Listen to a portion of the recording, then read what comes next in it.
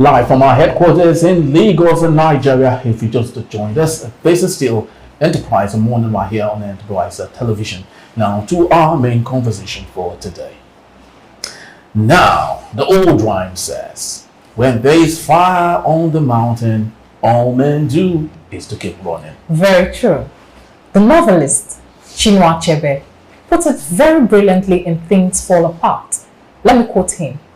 A torch does not run in the daytime for nothing.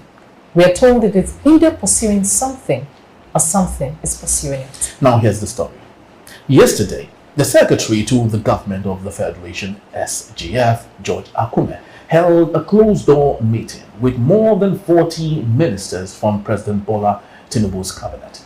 The meeting became necessary in light of the looming nationwide protest scheduled to commence August 1st and to continue in the days following over rising living costs and economic hardship in Nigeria. True. Reports of the planned protest have put police and other security operatives on high alert. President Tinubu previously appealed to the protesters to cancel the planned demonstration. The meeting aimed to discuss strategies and the responses to the protest. But are meetings enough? Or can the meetings meet the challenges? Still with us in the studios to do justice today is a very trendy, very important topic today. Emeka Madunago and Barrister Tunji Abdulhamid. Thank you, gentlemen, for hanging on, and we do sincerely do appreciate your time for today. All right, so let's talk about this issue because, of course, it affects everyone in the country, small, old, young, Gen Zs, teenagers, and even across the country, especially countries who depend solely on Nigeria. The protest for August 1st is kicking, faceless, you would call that. The federal government is doing all they can to ensure that that does not work. Where do you think we can have a synergy to ensure that the demands are met, but at the same time, the protest does not hold? Pastor Tunji Abdulhamid. Well, even whether or not the protest take place, I am satisfied. You are satisfied with the protest takes place? Yes. I'm even thinking probably there's even no organizer of any protest. It's just to put government under pressure, and the government is under pressure. Oh, okay. You can see government moving from pillar to post. They are just calling everybody to come and do exercise. The National Assembly are already on vacation to go to their respective community to go and do them not to go on strike. The minister have been directed. That is one of the solutions. They've been directed to go to their respective town to go and preach and let them know, exhibit what the government is doing for people to share or shun the protest. So for me, if the government is now realizing that fire is on the mountain, and again, why I say that I'm satisfied is that, look, for those who will tell us cabals are not allowing the president, are not telling the president the truth, they are not allowing him to see what is happening. The president cannot see what is happening. He now knows that there's hunger on the land. He now knows that. So whether or not that is right, I am satisfied with what I'm seeing. They are now moving. They now realize that people cannot be taken for granted.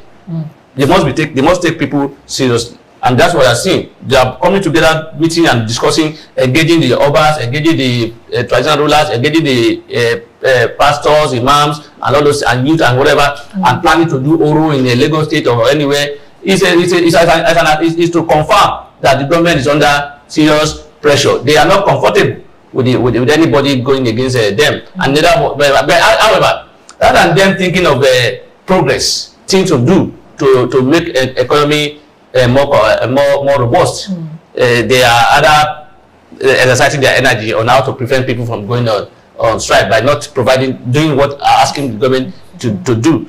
And for those, and for our governor of Imo State that says he does not even know why people want to protest, please let me tell him that there is hunger in the land, and the president admit that himself, also admitted that there's hunger in the land. So that hunger in the land is the reason why people want to protest. That is even enough to protest. And for those who say it's politically motivated, yes, what is the work of opposition? The opposition is to what? Put pressure on the government and to expose what the government is not doing. So if the government gives them opportunity to what's it called, call people out and tell government and tell people what the government is not doing. There's no problem in that. The other one, just like L5, let me borrow L5 say, don't give us, you say we are playing politics. Don't give us room to play politics. If we do the right thing, we won't have any room to play politics. So opposition will not have opportunity to tell people to protest if there's no hunger in the land. If everything is the way it should be. If we are not buying fuel 600 from 600 naira to 800 naira today, and we are not buying a tuber of yam for 600 naira, 1,000 naira or so, depending on where you are, people will not go and say, if you are not buying a bag of rice for 100,000 naira, there is no way opposition will tell people and say, if you are buying rice for 7,000 naira now, no opposition will come and say, protest against the government, it's a bad government. Nobody would answer them. So government should not give the opposition, whoever they call it, the politicians who are behind it, according to them, the opportunity to, what's it called, to incite people. If there's no room to incite, if things are done the way it's done, if school fees are very friendly, the transportation is very friendly, I can buy fuel at the rate that will not kill my pockets. I can eat food. I want to buy rice. I have 70,000. If they call the minimum wage now, I can buy a bag of rice, buy beans, buy this and that, and I'll still have change. I'll pay rent. Nobody will instigate me. So as far as I'm concerned, the government should do its job. Forget about they've also done this before. They've done this. Those in government today, they are masters in instigating people to protest.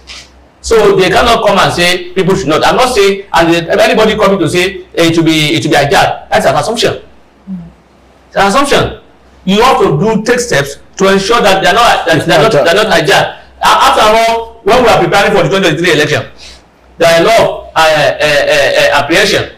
There are a lot of agitation that probably they have been violent. In fact, there are threats from other people that say, look, don't come out. We'll come out, we'll kill you, we'll beat you. Despite all those things, nobody said we should cancel this election because there's possibility of violence. Nobody says so. So they would rather look for a way to guide and protect this protest, if at all. I don't even believe that any protest being planned. I'm telling you. I don't believe that. So I'll not be surprised if I don't see anybody come out on that day or do any protest on that day. They've already, as far as I'm concerned, those who plan those posters or whatever they put out, I am coming for them because they've already put government under pressure. And the government is looking at how do we resolve this problem. Okay, thank you. Emeka Magu, Barrister Tunji believe the government is under pressure. Now, it's one thing for the government to be under pressure. It's another thing for them to do the right thing and address Nigerians. At this point, the presidents have not addressed the citizens and also those who are supposed to help the president make the right decision and not doing it. Now, do you think, at this point, what is your reaction to the fact that the protest is coming on? And do you believe that the protest would actually hold? You see, first of all, previous addresses by the president, what have been fetched? Nothing. Empty. We didn't, to show they're under pressure, suddenly the Nigerian Education Loan Fund, the money was increased from 5 billion to, is it at 5 billion, according to the man. Yeah, exactly. Suddenly, suddenly they started processing, they onboarded so many institutions, public institutions, and people could now access, and they said 170,000, they received the applications, and that they are going to all be taken. It shows the government is under pressure. The point is this: it's just like the executioner who doesn't want a knife. Bola Ahmed Tinubu today has been a major player in all events in this country, political events in this country, right far back as Babangida's era, when he was a senator in 1992. Apart from Atiku Abubakar, Atiku Abubakar is the only other person who has been an active president since 1992. Check how many years between that time and now. Is that not 32 years? That's 32 years that they have been actively involved in issues about Nigeria. Now, you expect that somebody with such a pedigree would have a better understanding of the Nigerian situation. Excuse me. But what do you find? That grandeur, get into office, you're overtaken by grandeur. now wonder these people, as a permanent secretary or as minister or a local government chairman, you won't ride a rickety car. You ride in the same SUVs that you still convert when you get into higher office. What is it about all these things that make these people get into thought paralysis? Once they get into government, their thoughts become paralyzed. Let me tell you, about 3 or 5 years ago, Nigerians have been shouting that we are heading for serious food crisis unless the insecurity in the forest, in the farms, is addressed. Right now, farmers, young farmers in Benue have been driven away by militias, by herdsmen. So we are now talking of yam, a tuber of new yam between 11,000 and 15,000. It might get to 30,000. A bag of beans now 245,000, almost heading to 300,000. Why? Much of the beans we eat in Nigeria comes from Niger Republic. Tinubu wanted to go and fight a war with Niger Republic because there was a coup. And people are telling him, this thing will backfire. Has it not backfired? A bag of beans was around 60,000. Now 200, has it not backfired? So, what I just say to President Bola Ahmed Tinubu is this. Sit down and think deeply. You see all the people around him. You saw Pansani, the former Senate president, jump to a Yes, exactly. These people are just opportunists, jumping up and down. They will keep jumping up and down. They have nothing to lose. The person who has the most to lose today is Bola Ahmed Tinubu. Not all these people are running around by and look how these people are.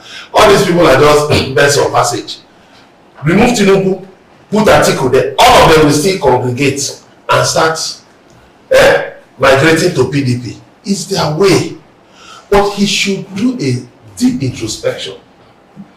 He can turn this situation around. How? One, declare a national emergency on insecurity. Give the service chiefs, the IG, all of them, a marching order. Give them 1 week to clear the forest of all unobservable elements. Tell the governors too, because the Land Use Act of 1978 says, the Land Use Act says that governors, shall be in charge of all the land in their states. So let them collaborate with the governors and make sure within 7 days you rid the forest of these criminals. The Niger State governor is doing it now. Where did he get the land that he's farming now? Where? How did in Wushishi and others, how did the Niger State governor get it? How? Clear the forest. Then the IDP camps have over 2 million Nigerians. Give yourself 3 months. That within 3 months, those IDP camps will be emptied. And that look, you will go all out against Boko Haram and Iswa. Wipe them out. This one is not one of them. Wipe them out. That is it. Wipe them out. Ronald Reagan, 1988, he said, tear down that wall. That was the Berlin Wall. It was in the United States. But what he said reverberated across the world. And people in Berlin, they tore down the wall. President of the United States of America said something that affected another country and went all over the world. In Romania, the people of Romania went after their president, Nicolae Ceausescu and his wife, who are criminals.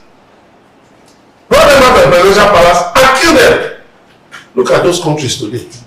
The people can look back and say, yes, what our fathers and mothers did then, they did the right thing. You understand? It is about the conviction of your actions, the strength of your conviction. Stop all this grandstanding, buying private jet. So your extravagance should now be blamed on the people. They are saying the people have refused to go and farm. I asked them a question. All those people who are talking all this emergency, conversations. How many of them have farms? Even in their homes, do they have gardens? You don't just go into something you are not. You get mentally, emotionally, physically prepared for. Now, in terms of food, there is food in Nigeria. There is enough food to feed us. But the problem is this: roads. He came out, the Minister of Works came out to say that they are working on this number of roads. Something else. You don't need to work on so many roads. The major roads, Lagos Ibadan, Benin, Shagamu, down to Asaba, down to Calabar. Abuja, Kaduna, Kano, Maiduguri to Kano. Those are then the road from Benue going up, from Enugu going to Benue, going up. Then Jos, the road from Jos going to Bauchi to Taraba, you know, and so on and so forth. Now, those are major roads that service farming belts. You have done the local Oweto Bridge over River Benue. But thereafter, what is the state of the roads? You go over River Niger in Kogi, and then what is the state of the roads? Do you remember that last year, truck drivers were stuck on one spot for 7 days because of the overflow of the river? Is it that they can't see these things? Let people see you taking action on these things. And then let him come out and tell Nigerians, read out just maybe 5 points. And then give me 6 months. You have between now and December. Give me 6 months. I will deal with these issues. If Tinubu can say that, let me tell you the truth. You see all this tension will just go. And even if it doesn't mean it. No. You should walk the talk. No, you see, my brother, it's not about meaning it. It's not Tinubu that we go and bring food stuff out. No. The farmers don't have roads to bring out their food stuff. So a lot of food stuff is perishing in the forest, in the farms. So what you need to do is this: tell the governors, instead of giving them trailers of rice or rice, let them go in to those farms and find a way to get them evacuated. Get the food evacuated to the market. The rice you are distributing to people, take the rice to the market. Let the price of rice fall in the market. When the price of rice falls in the market, when the price of tomatoes and others falls in the market, Nigerians are not in Gaza. I'll say this thing again. It's in Gaza that you need food trucks to go and give it because there is a war. They just want to work. But you know what? They are being impeded by the harsh economy. So make it lighter for people. Then again, one of the headlines you talked about, farmers saying that duty-free import. No, every group has its own interests. You have farmers associations in Nigeria. Let them put pressure on government to make sure those loans, those advanced loans and rest of them, get down to those farmers that need them. And ramp up mechanization. In that way, if our Tinubu, sincerely speaking, all this with Maro, SGF and MISA is all around nonsense. Because they don't have any influence. He is the one. The box stops on his table. Come out, address Nigerians, but don't lie to them. Because if you tell them, give me more time, you are saying truly misinformation. Who is he? That one, if he's removed today, he goes back to his business. You speak up. Because your government. All right. In fact, if he's removed today, he will become an enemy of the government. No, he owns a newspaper. He owns a newspaper. Once they are appointed and they are relieved of their job, they become a spokesperson for the masses, and then they'll be talking against the government. So it's like minister from my state now, he cannot even influence anybody. He can't even. I'm not sure he can influence his community. Talking of the entire Korea, I'm not sure people even know that anybody exists called minister in our state. So what will they give? Who will they? Are they going to be sharing money to say people don't protest or counter protest? They want to organize it or what? No. And like I said, I will not be surprised if there's no any protest on the 1st of August. All right, Barrister. Emeka called the thought a paralysis, and let's take a look at a pot kettle situation. It's often very easy for a spectator during a football game, to analyze, issues that happen right there in the field. But the coach and the players themselves see it differently. Do you think if you were given the position, you had a stake in the government of today, you wouldn't equally see it in line with the way the federal government is seeing it today? I don't know how they are seeing it. I don't know. If you to say I know the way they are seeing it. What I know they are seeing is that some of them are not telling the government the truth. Because somebody is asking what is happening, what are people protesting for? Are things not that we are taking steps and results are not the same thing. And like I always say that look, you can try to walk from your house, let's say Lekki to office, because you don't have transport and you want to resume by 8 o'clock, and you come late. I will still blame you. I'm the boss. I will tell you why. Why you come late? I will not clap for you and say yes, he tried. No, but were you able to do your program as I scheduled? So what I'm saying, that what the government has been doing so far is just to make pronouncements that are not even properly thought out. And this on top of pronouncement are the reasons why we are where we are today. The major of them is that subsidy is gone pronouncement. The FS, what's it called? Floating of the naira is another. And those are the major problems that we have today. If I have that opportunity, if I have my way, if I'm in government, if I can reverse that decision of subsidy is gone. In any event, the subsidy is being paid today. And unfortunately, we're even paying times 4 of what it was when the subsidy was being paid. So I don't even understand so for me, it's about government not rushing to do it. It's not about what I see that is causing this problem. That mostly what they are doing is politics. They want to retain they are planning on how to win the next election, not how to govern. And that's why you see most of the appointment they are doing. If you ask me now to name 10 or so ministers, I will think. I may be here for 1 hour thinking of except I go with. I may not even remember their names. Some of them are just there. They don't have, and one of these people don't even have this political clout. They are just privileged to be to be carried along by some certain people. So for me, if the government want to succeed, let him leave politics. But do you think with the persona of the president, do you think it's ever possible for him to leave politics? No, I'm not saying when I say leave politics, you play politics, you play governance, but let governance be the major direction in your thinking. In other words, what will direct you wherever you want to do anything should not be what will be the benefit for us in terms of a political gain. Okay. No, what will be the interest. Thank God the Minister of Information said that, look, we are all Nigerians and that we all own the country. So if you all own the country, they should be concerned that if I'm able to eat 3 times a day or even 4 times a day, including the not even just eat, you know what they call it, the proper meal that they eat. If I can eat this, my co-Nigerians should be able to also do the same. So if you are thinking in that manner, if we love our neighbor the way we love ourselves, the country will be Thank you very much. Thank you. Improved. Can we just get to parting shots? You see, the subsidy is gone. Has proven to be a lie. L-I-E capital letters, lie. So come back, since your aide, one of your aides, one lady like that, came out to say yes, the government can take measures, in certain circumstances. Then eat the humble pie. Come out and tell Nigerians that, well, we tried the subsidy because of the situation in the country, but we are saying that, maybe we misjudge the situation. So we are partly implementing subsidy, for the time being. Don't give the timeline. For the time being, it can be 1 month, it can be 6 months, it can be 1 year, it can be even till you leave office. Then the CBN, you see that photo there, the CBN has reversed it. Go and look at their circulars.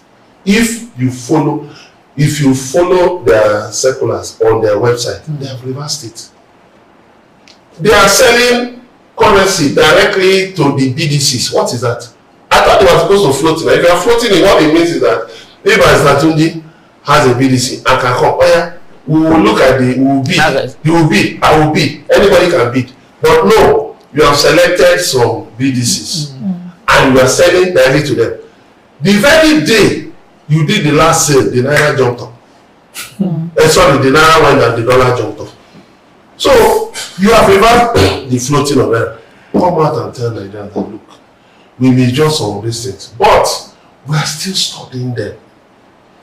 Then make sure you end importation.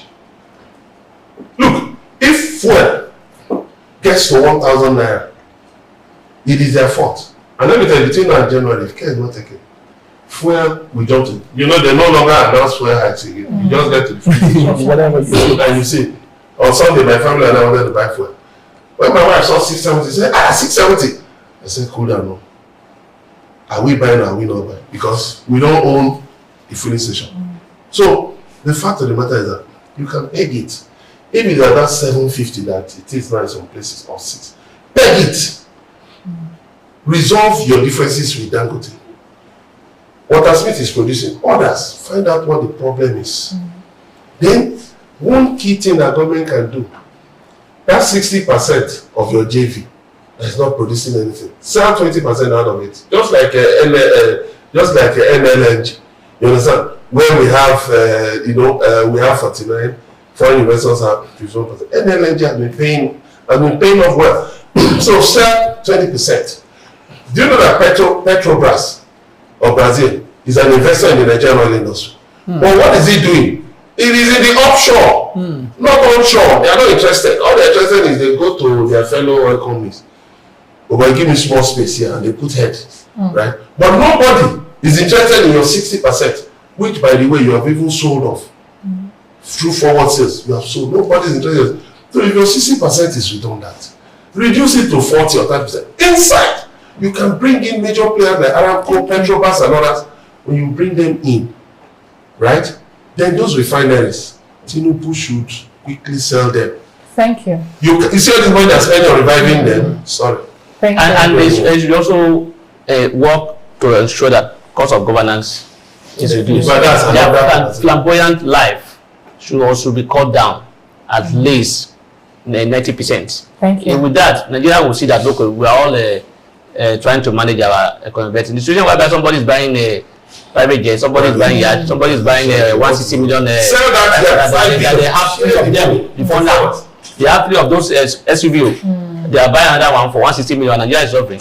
Nigeria, I tell you. Thank you, Barrister Tunji. Yeah, Choma, in 1959, Lee Kuan Yew told his countrymen that he was going to take his country, Singapore, from a peasant country, from a third world to a first world. And in between 1959 and 1990, he did exactly that. Paul Kagame did the same thing in 1994. He told his people, I will turn this country around, a landlocked country, and he did it. So this is no rocket science.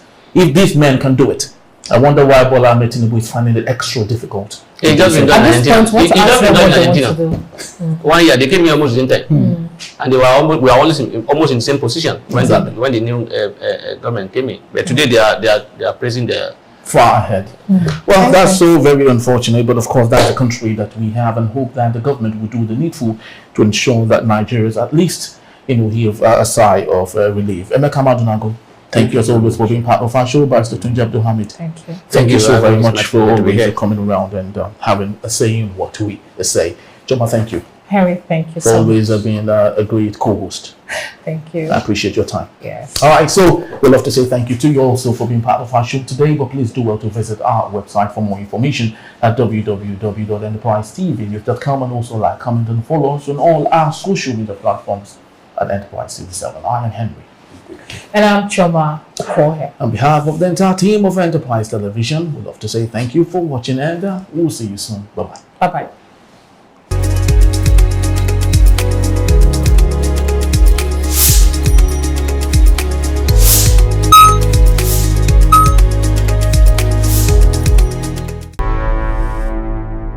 Enterprise TV, a tradition of truth.